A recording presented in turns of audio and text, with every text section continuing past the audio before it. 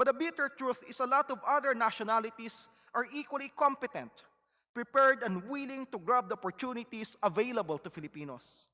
Certainly, much as we would want to believe, we are not irreplaceable. Over the years, a pattern has emerged where the Philippines resorts to deployment bans in response to tragic cases. Following the death of OFW Joanna Demafilis in 2018, a deployment ban was enforced in February 2018 and was rescinded 3 months later on May 2018 following the signing of the 2018 bilateral agreement on employment of domestic workers, which outlined several crucial provisions aimed at safeguarding the rights and well-being of Filipino workers in Kuwait. Consequently, justice was served as Demafilis employers were sentenced to death in Kuwait. Similarly, after the tragic loss of OFW Jeneline Villavendi late in 2019, a total deployment ban was put into effect in January 2020 and was later lifted only after a month in February 2020. Justice was also served as Villavendi's Kuwaiti female employer was sentenced to death, while her husband received a 4-year imprisonment term for failing to report the crime. As previously mentioned, the current deployment ban was imposed in the aftermath of the 2023 case of Julie Biranara, which resulted to the conviction of the 17-year-old murderer to 15 years of imprisonment. The deployment ban was imposed in February 2023 and has been ongoing for 13 months and counting.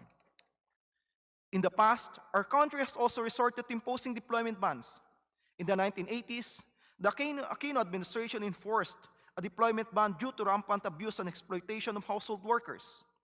In 1995, under the Ramos administration, a ban was imposed following the case of Flor Contemplacion, an OFW in Singapore who was unjustly sentenced to death. However, this action strained relations between the Philippines and Singapore. In 2017, the country banned deployment to Qatar due to political unrest in the region, but it was partially lifted a day after for Filipinos with overseas employment contract, or OEC, and part of the Balik Manggagawa program.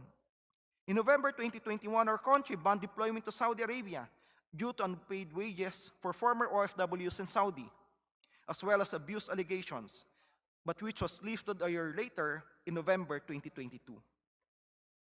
Mr. Speaker, I stand before this august chamber not to lessen our call for justice for Julie Biranara and other OFW victims, but the quest for justice should be carefully balanced with other values we wish to achieve, employment opportunities among others for our people.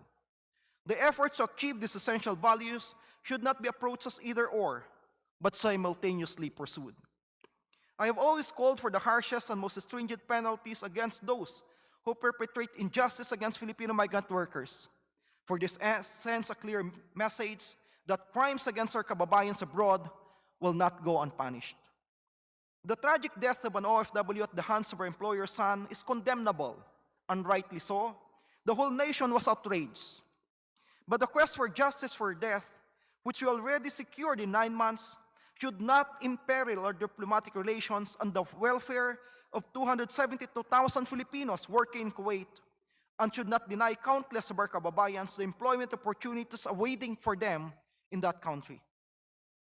In the cases of the demise of OFWs Demafilis, Villavendi, and Ranara, the perpetrators were brought to justice in 2 months, 1 year and 9 months respectively.